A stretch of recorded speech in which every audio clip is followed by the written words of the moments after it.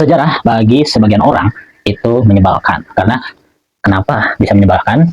Katanya kalau ngapalin sejarah atau mikirkan sejarah itu harus ada hitung-hitungannya atau ada tahun-tahunnya yang harus atau diingat ya. Padahal kalau sejarah itu seperti ilmu matematika. Jadi dari dulu sampai sekarang seperti 1+1 ya 2, 2+2 ya 4. Nah seperti itu, seperti tanggal dan tahunnya. Kecuali sejarah yang dipalsukan oleh orang lain untuk kepentingan politis dan sebagainya. Nah itu yang menyebabkan pembodohan semua orang ya. Nah, ngomongin tentang sejarah, saya setelah tamatkan bacaan saya, buku bacaan saya ini novel Perjuangan Kiai Zainal Mustafa, ya, novel. Nih, karya dari Fauz Nur Zaman yang lahir di Tasikmalaya. Nah, ini adalah buku yang dikarang oleh Fauz Nur, orang Tasikmalaya, yang mana di sini sejarah yang dibuat novel.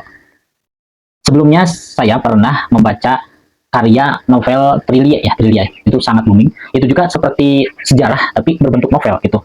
Nah, ini juga persis seperti itu. Hampir seperti itu.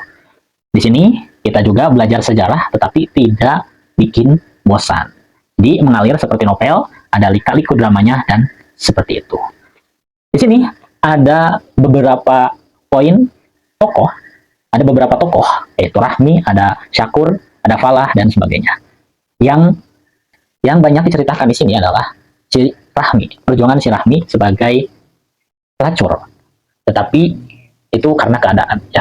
Tapi pas happy endingnya, pas terakhirnya si Rahmi itu bertobat dan berhenti untuk melakukannya.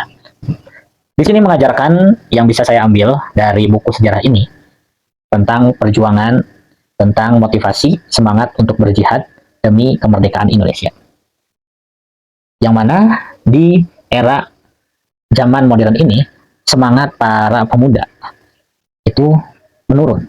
Apalagi di Indonesia semangat untuk berjuang dari kebodohan untuk membaca dan sebagainya itu menurun. Dibuktikan dengan data bahwa orang-orang Indonesia tingkat buta hurufnya masih tinggi. Banyaklah orang yang membahas tentang literasi di Indonesia itu masih rendah. Jadi banyak orang Indonesia yang mudah diadu domba, mudah digiring dan sebagainya. Sehingga orang-orang Indonesia itu ketika ada yang viral, ada itu langsung ikutin. Jadi FOMO karena tidak punya dasar ya, tidak punya dasar pemikiran. Seikut-ikutnya, turut munding dan sebagainya. Mari kita tingkatkan baca kita, literasi kita supaya menjadi manusia lebih baik. Terus kesimpulannya untuk novel Kiai Mustafa, Syahadah Mustafa atau Kiai Zainal Mustafa ini mantap banget.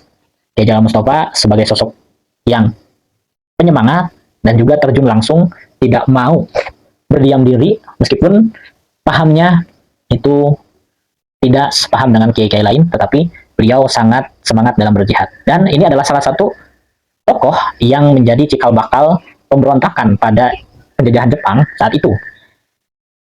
Dan ini juga saya bisa mengenal bahwa pesantren Al-Azhar di Banjar itu adalah prajurit dari Kesultanan Diponegoro. Jadi silakan kalian membaca untuk Syahadah Mustafa ini atau novel Perjuangan Kiai Zainal Mustafa. Untuk selanjutnya saya akan targetkan untuk membaca Siapa Aku, Apa Bakatku. Dan nantikan testimoninya dari saya karena setiap yang membaca pasti argumennya berbeda, pemahamannya berbeda. Jadi setiap orang yang membaca pasti beda-beda argumen tentang buku yang telah dibacanya. Seperti itu. Ya setidaknya kita bisa membaca dengan baik dan memahami dengan baik.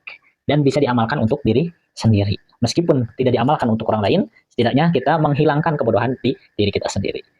Lebih baik juga dimanfaatkan atau disebarkan kepada orang lain.